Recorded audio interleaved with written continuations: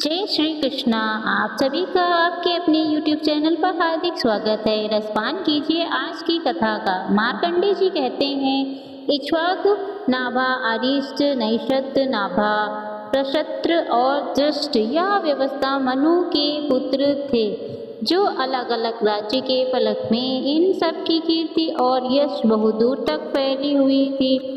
वे सभी शास्त्र विद्या तथा शास्त्र विद्या में पारंगत थे। विद्वानों में श्रेष्ठ मनु ने एक श्रेष्ठ पुत्र प्राप्त करने की इच्छा से मित्र वरुण नामक यज्ञ किया। उसमें दोष से विपरीत आहुति पड़ने के कारण पुत्र न होकर इला नाम की सुंदरा एक कन्या उत्पन्न हो गई। कन्या उत्पन्न हुई देखकर मेरु मित्र और वरुण का स्वतन क्रिया और इस प्रकार कहा, देव ऋषि, मैंने इस उद्देश्य से यज्ञ किया था कि आप दोनों की कृपा से मुझे एक विशिष्ट पुत्र की प्राप्ति होगी, किंतु यह यज्ञ संपन्न होने पर कन्या का जन्म हुआ।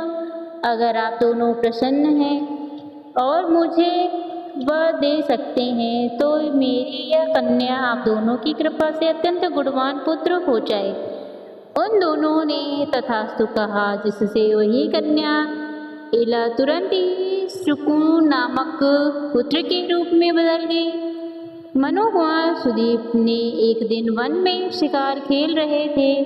वहाँ महादेव जी के कप से उन्हें पुनः स्त्री का रूप हो जाना पड़ा।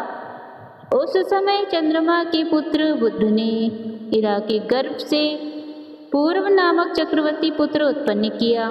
पुत्र हो जाने के बाद राजर्षियों ने अश्वमेध नामक महान यज्ञ करके फिर से पुरुष रूप को प्राप्त कर लिया, जो उत्कल विनय और नम के नाम से प्रसिद्ध थे। उन्होंने धर्म में मन लगाकर फिर से इस पृथ्वी का पालन किया।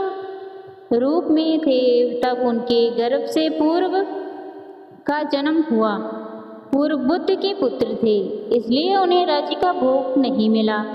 इसलिए इसके बाद वरिष्ठ जी के कहने से पूर्व को प्रतिष्ठान नामक एक उत्तम नगर दे दिया गया।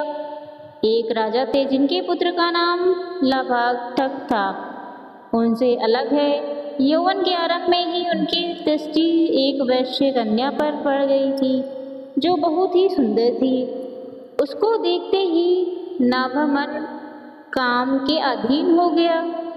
उसने उसके पिता के पास जाकर कहा, वे कन्या मांगी वैश्य ने देखा कि राजकुमार कमल अपने वश में नहीं, वे काम के अधीन हो गए हैं। तब उसने हाथ जोड़कर बने विनीत से स्वर में उनसे कहा, राजकुमार, आप लोग राजा हैं और हम लोग कर देने वाले भाते हैं।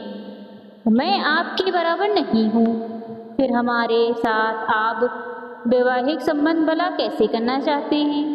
राजकुमार ने कहा, काम और मोह आदि ने मानव शरीर की सामान्य सिद्धि कर दी थी। मुझे आपकी कन्या पसंद है, इसलिए उसे मुझे दो, नहीं तो मेरा ये शरीर जीवित नहीं रह सकता। वैश्य बोला, हम और आप दोनों ही राजा के अधीन हैं।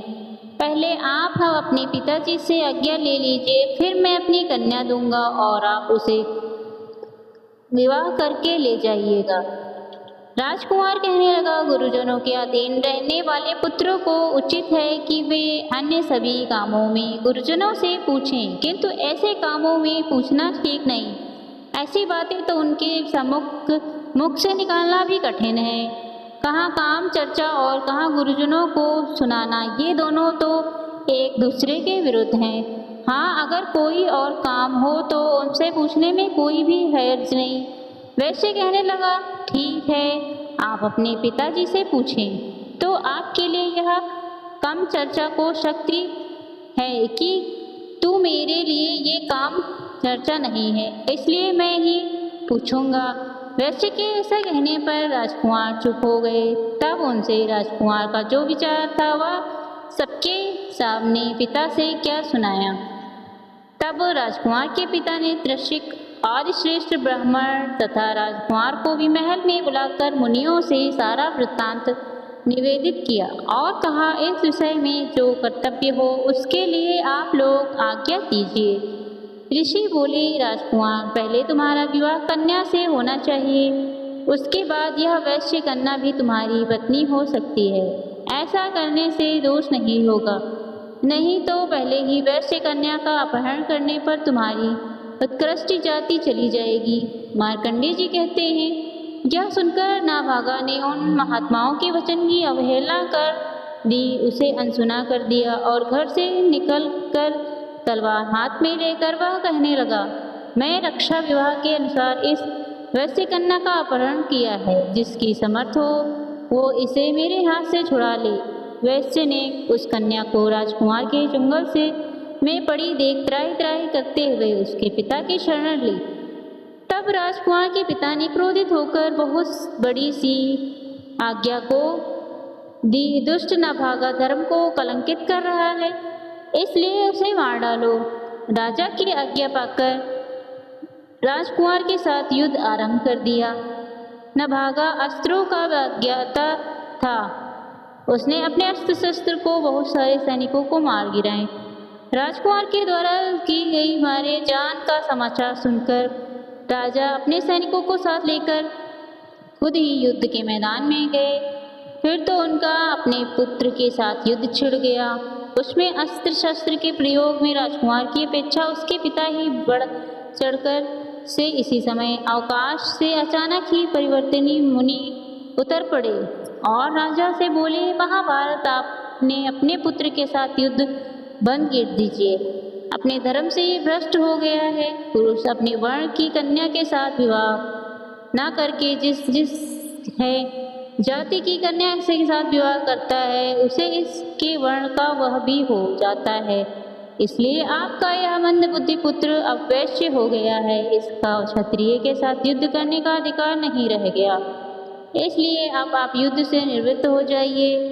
तब राजा अपने पुत्र के साथ युद्ध करने से रुक गए और उनसे भी वैश्य कन्या के साथ विवाह करा दिया।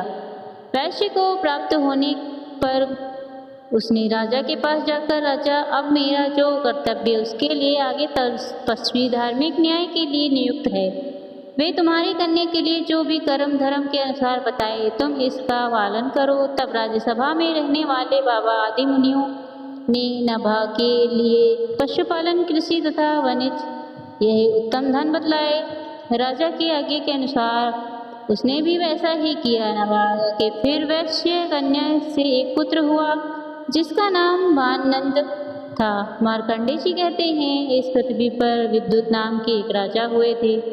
उनकी कीर्ति बहुत दूर तक फैली हुई थी। उनके 2 पुत्र थे, सुनीति और सुमति। एक दिन राजा विद्युत शिकार खेलने गए थे वन में। वहाँ उन्हें एक विशाल गधा दिखाई दिया जो पृथ्वी के मुख की तरफ प्रतीत हो रहा था। उसे देखकर राजा ने सोचा, यह भयंकर गधा क्या है, लगता है पृथ्वी का साधारण गध नहीं, देखने में पुराना नहीं लगता।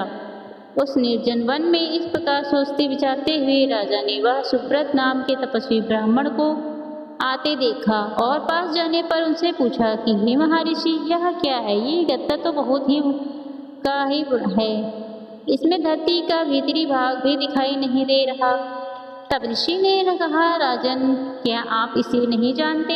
इस पृथ्वी पर जो कुछ भी है वह सब राजा को जरूर जानना चाहिए। रसातल में एक पराक्रमी भयंकर दानव रहता है। वह पृथ्वी को जन्म भी अर्थात छिद्र युक्त कर देता है, इसलिए उसे रंग कहते हैं। राजन, वह पृथ्वी पर या स्वर्ग में जो कुछ भी करता है उसकी जानकारी आप क्यों नहीं रखते? पूर्व समय में विश्वकर्मा जी ने जिसका निर्माण किया था वह सुनंदा नाम का मौसम, इससे युद्ध में वह शत्रु का संघर्ष कर रहा था। पाताल के अंदर रहकर उसे मात्सल्य से ही वह इस पृथ्वी को विधर कर देता और इस प्रकार समस्त असुरों के आ जाने से गद्दी का नाम द्वारा बना दिया गया। आप पाताल के भीतर रहने वाले इस शत्रु का नाश करेंगे, तभी वास्तव में संपूर्ण पृथ्वी के स्वामी हो सकेंगे।